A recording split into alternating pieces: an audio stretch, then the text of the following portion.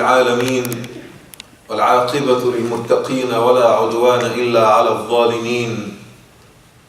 اللهم لك الحمد أنت أحق أن تحمد، ولك الشكر أنت أحق أن تشكر، وأنت على كل شيء قدير، لك العتبى حتى ترضى، ولا حول ولا قوة لنا إلا بك. اللهم لك الحمد يا ربنا، أنت خالق السماوات والأرض ومن فيهن، ولك الحمد أنت قيوم السماوات والأرض ومن فيهن، ولك الحمد أنت رب السماوات والأرض ومن فيهن. لك الحمد يا ربنا فأنت الحق، ووعدك حق، ولقاؤك حق، وقرآنك حق، والجنة حق، والنار حق. ولك الحمد يا ربنا فمحمد صلى الله عليه وسلم حق. وأشهد أن لا إله إلا الله وحده لا شريك له، وأشهد أن محمدا عبد الله ورسوله وصفيه من خلقه وحبيبه، بلغ الرسالة وأدى الأمانة ونصح الأمة وكشف الغمة، وجاهد في الله حق الجهاد حتى أتاه اليقين. اللهم صل وسلم وزد وبارك على الحبيب المصطفى محمد وعلى آله وأصحابه ومن اهتدى بهديه وعمل بسنته إلى يوم الدين، وارض عنا معهم بفضلك وكرمك يا أرحم الراحمين. اللهم آمين. I praise Allah subhanahu wa ta'ala, endless He is in His glory, the creator of heavens and earth, the provider, the cherisher, the sustainer, the bestower of bounties, the source of all good. I thank Allah subhanahu wa ta'ala for the blessings that He has granted me and my loved ones, and I express my gratitude to the Lord in words and action, and I say, Alhamdulillah, for blessings I know and blessings I know not. I bear witness that there's no deity worthy of worship save Allah, and I bear witness that Muhammad is Allah's final prophet and messenger, the bearer of glad tidings, the role model to be followed. Sallallahu alayhi wa sallam. May the peace and the blessings of Allah be upon him and his family, his companions and followers, and all the righteous men and women that walk in their footsteps. And I ask Allah to make each and every one of us among them. Allahumma ameen. Ameen. My dear brothers and sisters, I greet you with the greeting of Islam. Assalamu alaikum wa rahmatullahi wa barakatuh. One of the descendants of Qusay ibn Kilab, who was technically the founder of Quraysh, the revered and loved man by the Arabs. One of his descendants his name was Abduddar. Abduddar ibn Abduddar ibn Qusay ibn Kilab. And hundreds of years before the Prophet ﷺ came with the message of Islam, the Arabs used to divide up between themselves the honor of being the custodians of the Kaaba in Mecca. One tribe would basically be responsible for feeding the Hajjis. Another tribe would be responsible for providing water to the Hajjis. A third tribe is responsible for taking custody of Dar al-Nadwa, which was the town hall of the city of Mecca in their honor, in which all of their meetings were held. And Abduddar and his descendants were called Sadanatul Kaaba, meaning they were responsible for carrying the key that unlocks the door of the Kaaba. And it was one of the greatest honors ever bestowed. And for years and years and years, the people of Abduddar, and by the way, Abduddar means the worshipper of the house, which is one of the names of Jahiliyyah that we cannot use anymore, because you can only be Abd to Allah subhanahu wa ta'ala. But they used those names back in the days of Jahiliyyah, the days of ignorance before Islam. Abduddar, the worshipper of the Kaaba, or the worshipper of the house, right? One of the descendants of Abduddar, his name is Uthman ibn Talha. And Uthman ibn Talha was the carrier of the key to the Kaaba at the time of the Prophet sallallahu alaihi wasallam. And one of those days, in Mecca, the Prophet wanted to enter inside the Kaaba with some of the other Hajjis and some of the other pilgrims. And Uthman ibn Talha tells the story later on after he became Muslim after the conquest of Mecca. He tells the story and he says that the Prophet ﷺ wanted to sneak inside the Kaaba with a delegation of the pilgrims. And I gave him a hard time that day. And he said to the Prophet ﷺ, everyone enters except you. You cannot enter. And Rasulullah ﷺ smiled. And he said to Uthman ibn Talha, one of the descendants of Abd al-Dar, he said to him, Ya Uthman, ماذا تفعل إذا رأيت هذا المفتاح في يدي يوما أصنع به ما أشاء. What would you do if the key to the Kaaba ended up in my hands one day and I'd do with it whatever I please? With a big smile on his face, sallallahu alayhi wa sallam. And Uthman told him, قال له هلكت قريش يومئذ وذلت. That'll be the day that destruction and humiliation are brought upon Quraysh. And the Prophet ﷺ smiled and told him, بل عمرت قريش يومئذ وعزت. If that day came, it'll be the day on which Quraysh will be blessed, on which Quraysh will be honored and dignified. Uthman dismissed him and still prevented him from entering the Kaaba, sallallahu alayhi wa sallam. Years and years and years later, the Muslims came back to the city of Mecca as triumphant conquerors. They took the city bloodlessly from its people. And it is on that day after Bilal said adhan on top of the Kaaba and the idols were destroyed, and the Prophet ﷺ said, whoever enters the house of Abu Sufyan will be safe, and whoever stays around the Kaaba will be safe, and whoever remains in his house or her house will be safe. The Prophet ﷺ finally got a hold of the key to the Kaaba and held it with his own hands. Where was it? It was with his uncle Al-Abbas. The Hashemites, the people of Banu Hashim, they decided to take custody of the key.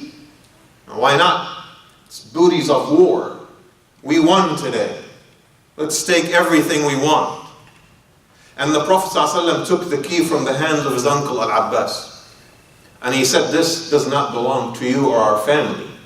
This belongs to Banu Abd al-Dar. And Al-Abbas told him, Ya Rasulullah, what Abd al-Dar? Give the key back to the people that held it in the days of Jahiliyyah? Give the key back to those who did not even submit to Islam? And he said, yes. And he called Uthman ibn Talha, who had already lost the key. And he said to him, خذ يا عثمان, take the key back. خذوها خالدة تالدة لا يأخذها منكم إلا ظالم. You keep the key with you and your family and your descendants, and only aggressors can take it away from you. It is very interesting because all the way up until the Ottoman Empire in the mid-1800s, it actually stayed in the descendants of Uthman ibn Talha and the people of Abd al-Dar all the way until the Al Sauds put the city of Mecca under siege. And this is history that you can go ahead and read on your own.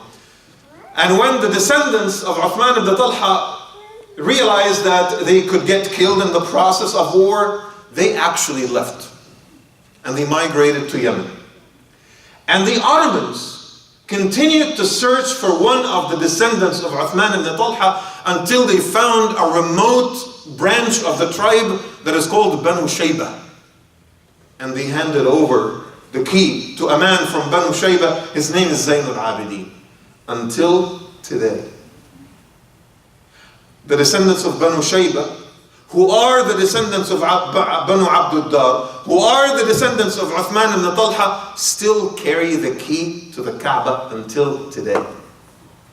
In fulfillment of the Prophet's prediction and the prophecy of Rasulullah sallallahu alaihi wasallam that the key remains in that family pretty much forever. Even the Al Sauds, when they entered the city of Mecca, when they took over in the early years of the 20th century, they could not change that tradition, and they kept the key in that same family. Why do I bring that up today? hopefully, inshallah ta'ala, will be revealed in the course of the khutbah. But I wanted to tell you a story first. It's a friend of mine that just revealed to me recently that he has a recessive trait of sickle cell anemia. Sickle cell anemia is a disease of the red blood cells. You may become a carrier of sickle cell anemia, but you don't have any symptoms or signs. You're perfectly healthy, but you carry the trait.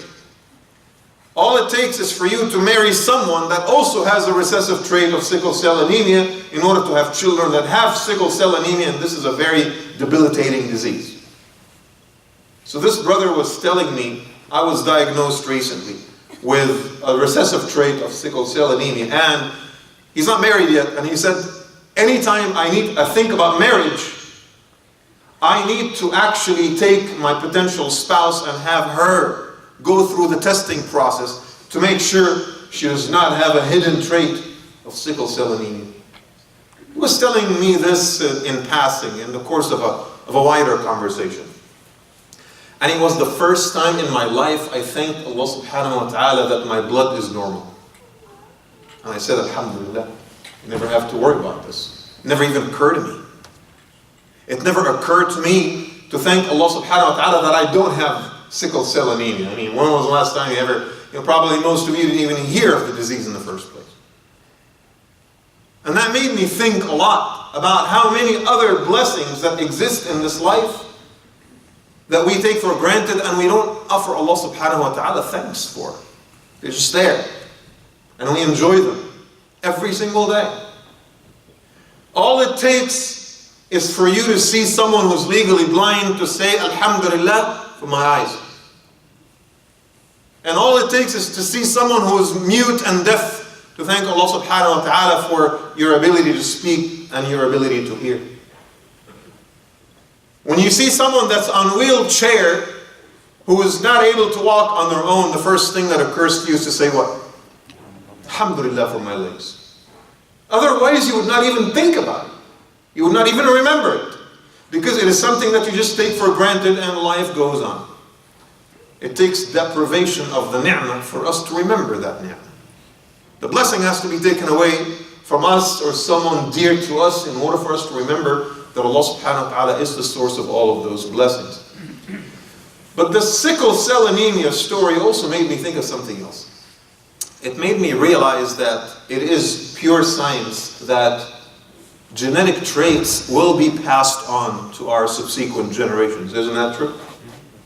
People who have, blonde hair or blue eye, or people who have curly hair, or people who have a certain skin color or whatever, it is a fact of science that this will be transferred over to your subsequent generations. That is science, that is true. It may not manifest itself immediately in your son or daughter, but the gene will carry itself subsequently into other generations. Even if it doesn't manifest itself in your children, it'll manifest itself and demonstrate itself in your grandchildren. Right? But it is also true that acquired traits are not passed on to other generations. Whatever I learned on my own, acquired on my own, it's not guaranteed that it will be passed on to other generations. Think of language, for example. When you come to this world, you don't speak any language, and then you learn language through the indoctrination process. Many immigrants today who live in this country, they cannot take it for granted that all kids grow up speaking the language of the old country. Why? Because of the extreme, powerful impact of the surrounding environment.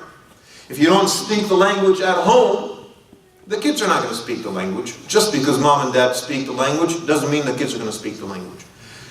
Doesn't the same apply to faith as well? Many parents think that because they're Muslim, and they grew up Muslim, and they're very religious, and they pray 5 times a day, and they read the Quran, and their hearts are overflowing with love to Allah subhanahu wa ta'ala, and they do Umrah once a year, and they're so committed to the deen, they automatically think that their kids are just going to turn out to be like this. And that cannot be farther from the truth. Because faith, just like all acquired traits, must be earned through consistent human effort. And if you don't nurture the children to grow up as Muslim, they may not necessarily become Muslim. Allah subhanahu wa ta'ala tells us a story in the Quran in which He says that He tested Ibrahim alayhi salam. And Ibrahim passed the test. So Allah subhanahu wa ta'ala decided to honor Ibrahim and grant him the status of Imam. Not Imam as this Imam, but Imam as a leader, an inspiration of men and for men. وَإِذِ ابْتَلَى إِبْرَاهِيمَ رَبُّهُ بِكَلِمَاتٍ فَأَتَمَّهُنَّ قَالَ إِنِّي جَاعِلُكَ لِلنَّاسِ إِمَامًا. Allah subhanahu wa ta'ala told Ibrahim after he passed the test, I will establish you as a leader of men. And as any father would respond, he said, Lord, would you extend that same honor to my children as well? قَالَ وَمِن ذُرِّيَّتِي. Would you establish that honor and extend it to my children, Lord? And Allah subhanahu wa ta'ala says what to him? قَالَ لَا يَنَالُ عَهْدِ الظَّالِمِينَ. My covenant is not extended to the wrongdoers. Ya Ibrahim, you've earned it, but your children will have to earn it on their own as well.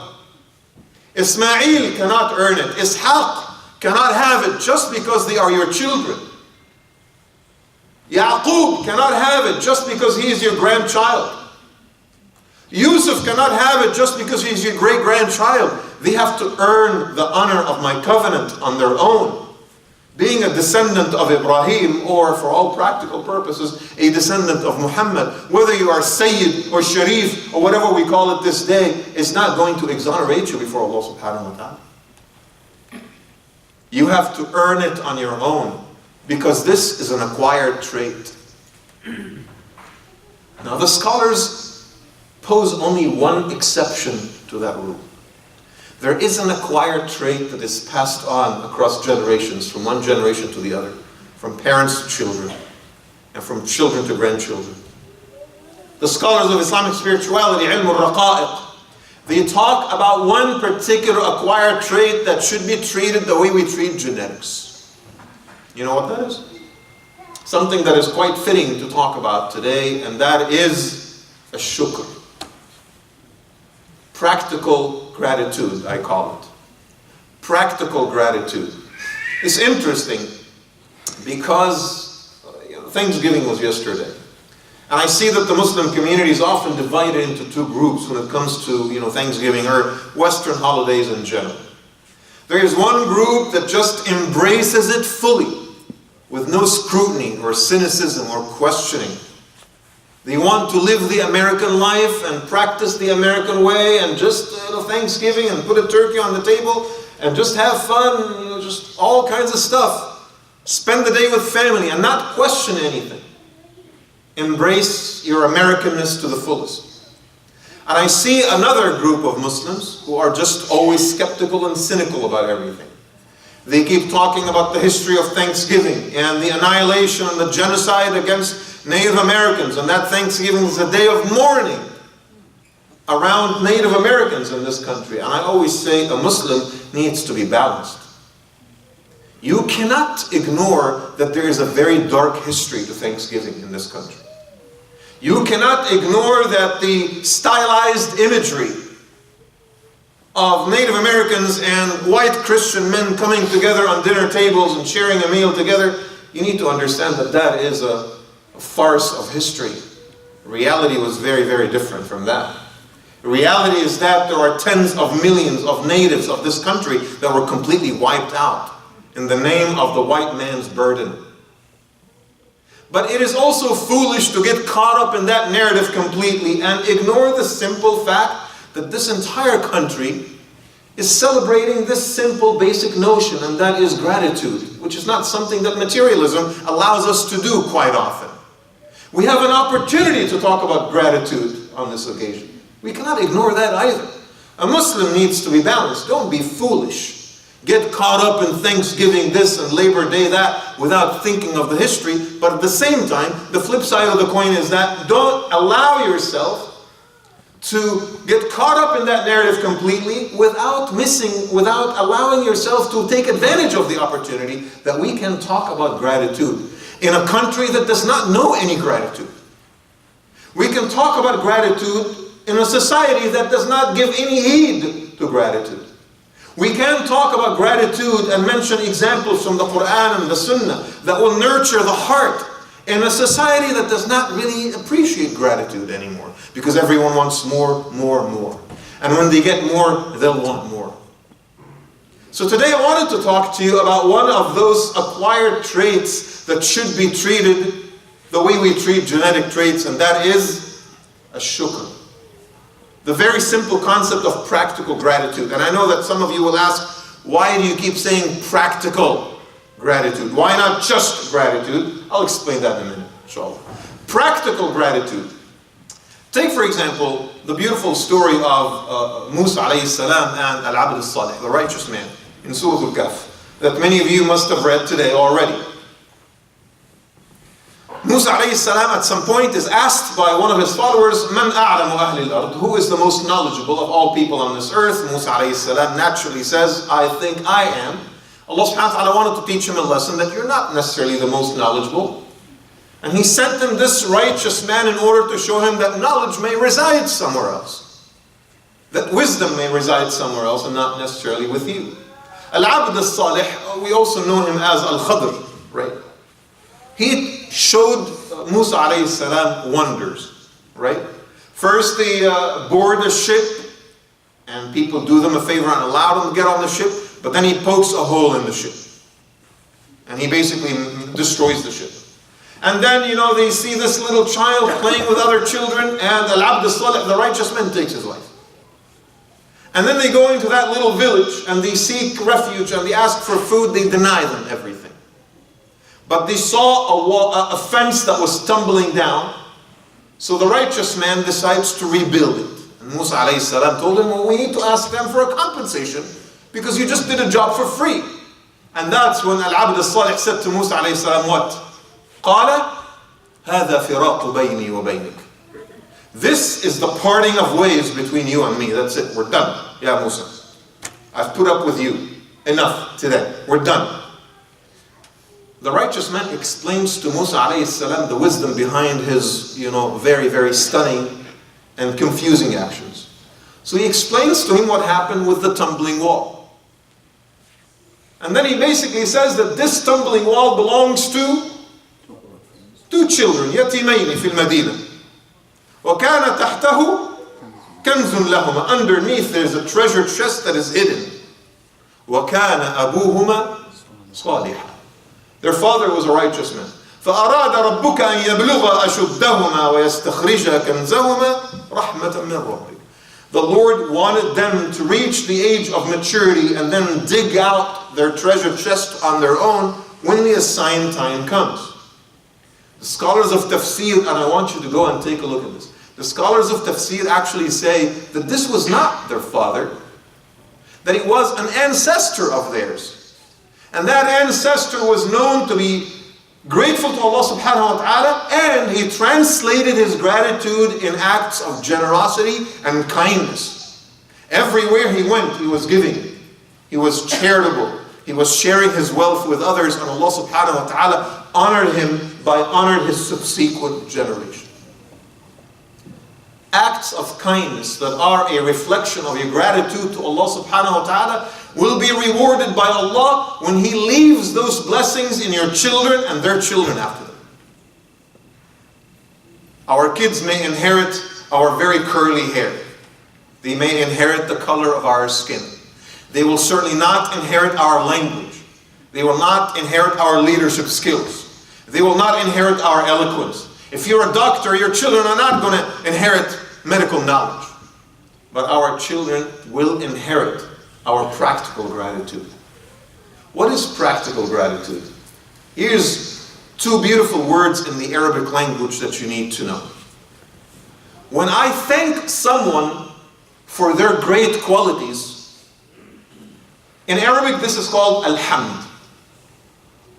And one of the names of Allah subhanahu wa ta'ala is Al-Hamid. What is Al-Hamid?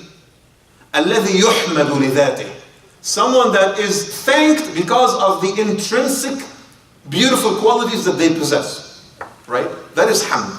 So I should be thankful to that I have a good, reliable car. I should be thankful for the jacket that covers my skin. I should be thankful for the weather. I should be thankful for, the family that I have surrounding me. If you are entering the masjid today and someone holds the door for you, what are you supposed to say? Thank you. Now, if tomorrow that person does the same exact thing, what are you supposed to say? Still thank you. If next week that person does the same thing and he holds the door for you, what are you supposed to say? Thank you. Now, if that person does this to you every single day, every single hour, do you think that thank you will be enough? It's not enough anymore. Gratitude at some point needs to translate to action. Saying thank you is one thing. We say Alhamdulillah all the time. But Allah subhanahu wa ta'ala in the Quran says, وَلَئِن شَكَرْتُمْ لَأَزِيدَنَّكُمْ. If you show shukr, which is practical gratitude, I'll explain it in a second, I will increase your wealth. وَلَئِن كَفَرْتُمْ إِنَّ عَذَابِي لَشَدِيدٌ. If you show lack of gratitude, my punishment is severe. He didn't say لَئِن حَمَدْتُمْ. Oh, Imam, what are you talking about? I'm thankful to Allah all the time. I say Alhamdulillah hundreds of times every day. Good. But is Alhamdulillah enough? It's not enough. Because Allah subhanahu wa ta'ala holds the door for you every single second of the day. And at some point you need to translate your gratitude in action.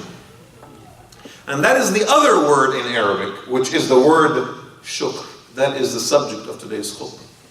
Hamd is when I verbally articulate my gratitude.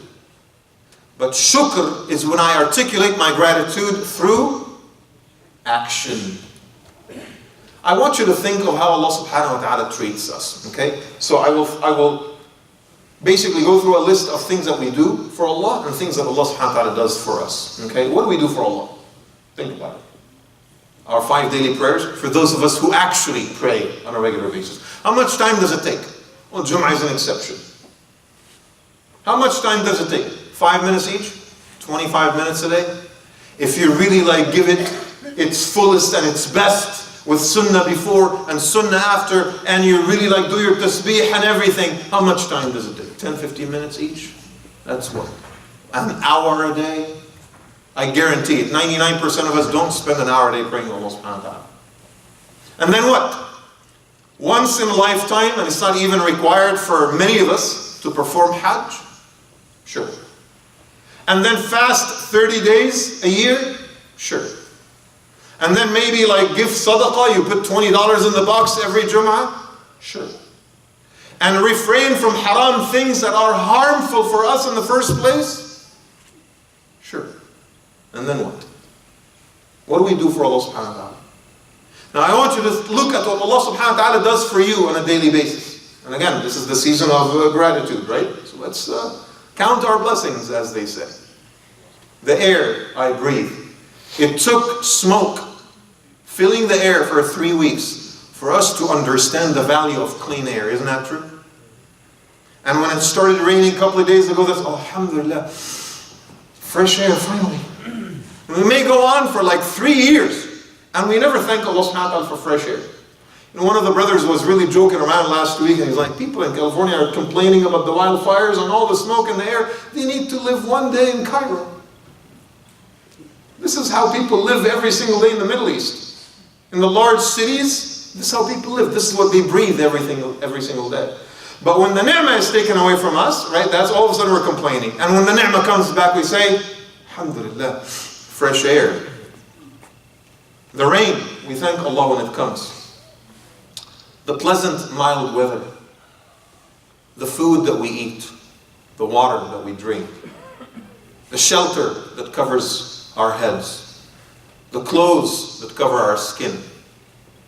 Employment, security, car, house. The ability to travel. The ability to see beautiful landscape. The trees, the rivers, the mountains, the beautiful clouds, the blue sky, the star constellations, children, friends, family. We thank Allah subhanahu wa ta'ala for this community of ours, for the masjid, for our brothers and sisters. We thank Allah subhanahu wa ta'ala for things that we know and we things that we may not even think about. وَإِن تَعُدُّوا نِعْمَةَ اللَّهِ لَا تُحْصُوهَا. You can try to count the blessings of Allah, but you will run out of numbers before you even reach the bottom of the list. And on the day of judgment, Allah subhanahu wa ta'ala rewards you for like literally about an hour and a half worth of effort every day. He rewards you with جَنَّةٍ عَرْضُهَا السَّمَاوَاتُ وَالْأَرْضُ. Jannah that is as large as the heavens and the earth. And in Jannah, Allah subhanahu wa ta'ala says that He will give you more. لَهُمْ مَا يَشَاءُونَ فِيهَا وَلَدَيْنَا مَزِيدٌ. Everything you desire you will have, and I have more. This is the meaning of shukr. When Allah subhanahu wa ta'ala expresses His love to us in action. So next time ask yourself, I have a lot of blessings in my life. Alhamdulillah for everything. But it shouldn't stop at saying Alhamdulillah. I have to find a practical way to show my gratitude to Allah Azza wa Jal. What can I do to show Allah that I'm grateful? Should I volunteer in my community? Should I give more of my wealth? Should I help at the soup kitchen? Should I see an organization in the community that is helping with the refugees and try to help out with the refugees? What can I do to help? What can I do to serve Allah subhanahu wa ta'ala in practical ways? What can I do to show Allah that I deserve His ni'mah? Because He says, وَلَئِن كَفَرْتُمْ إِنَّ عَذَابِي لَشَدِيدٌ. I don't want to be ungrateful, because if I'm ungrateful, Allah subhanahu wa ta'ala will take the ni'mah away from me. That's subhanAllah. It's a basic lesson that we teach to little children.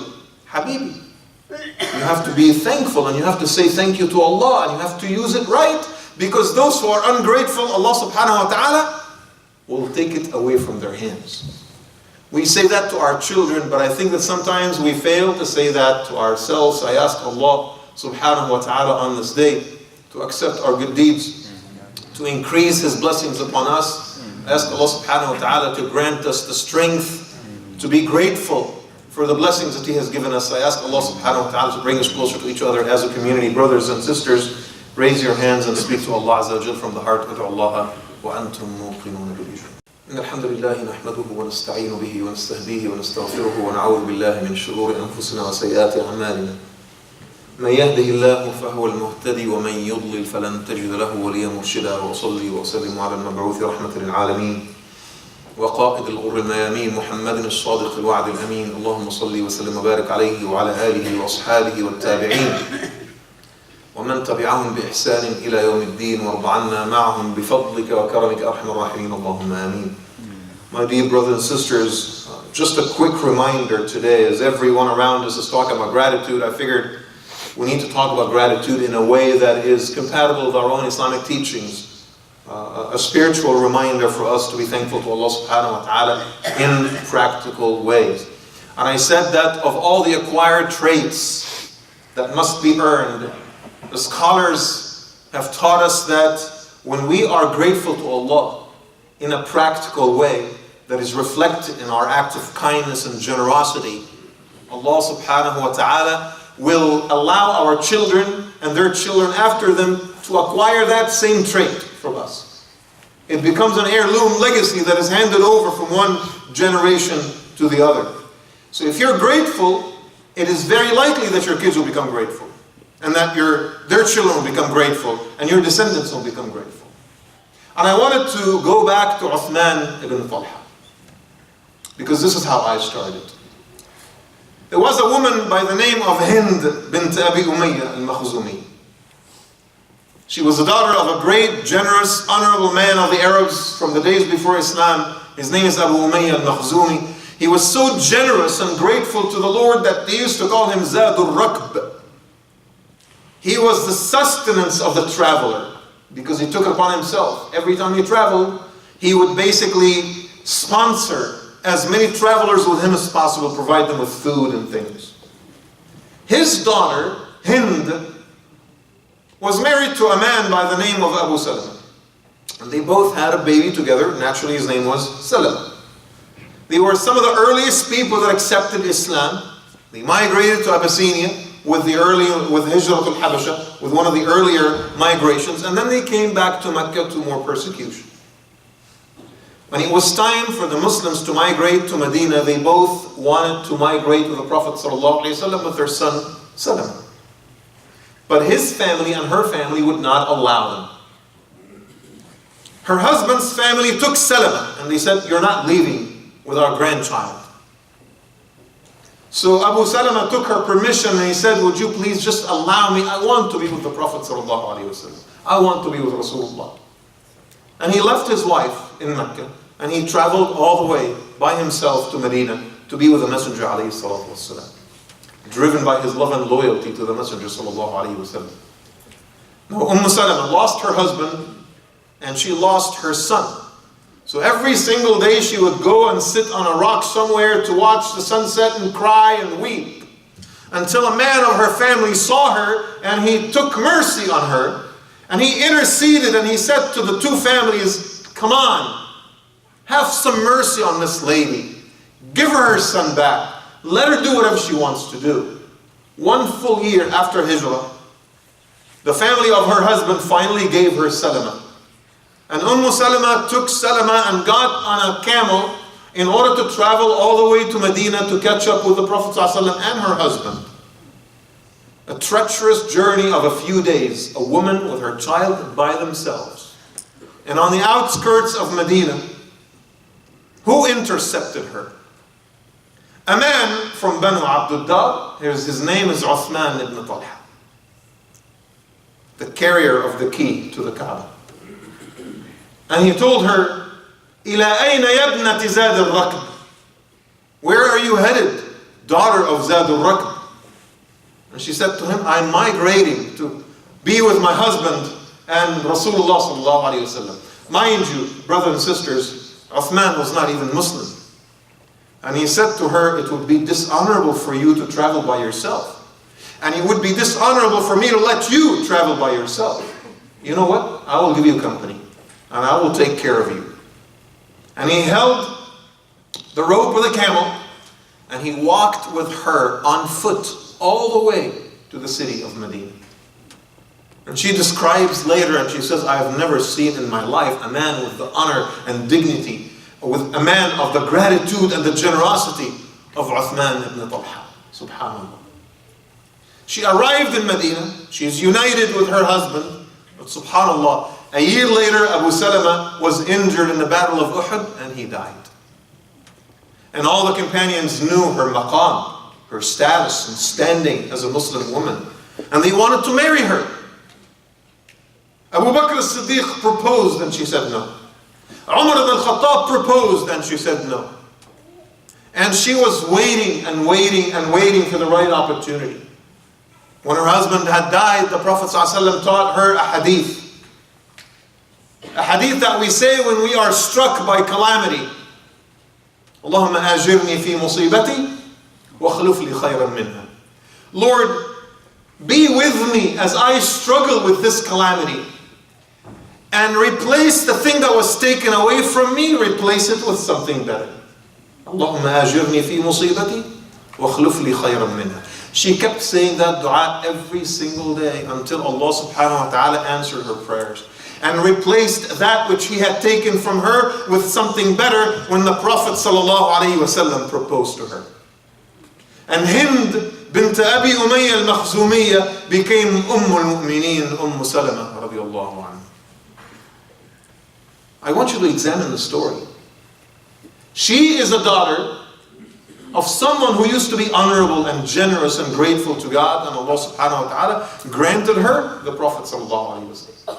Uthman ibn Talha, the one who helped her, is the one that was honored later after the conquest of Mecca, when the Prophet ﷺ wanted to reward him for taking care of Salama, and he gave him the key to the Kaaba back, and he said that key stays with you and your family and your descendants until the day of judgment, and that remains to be the case.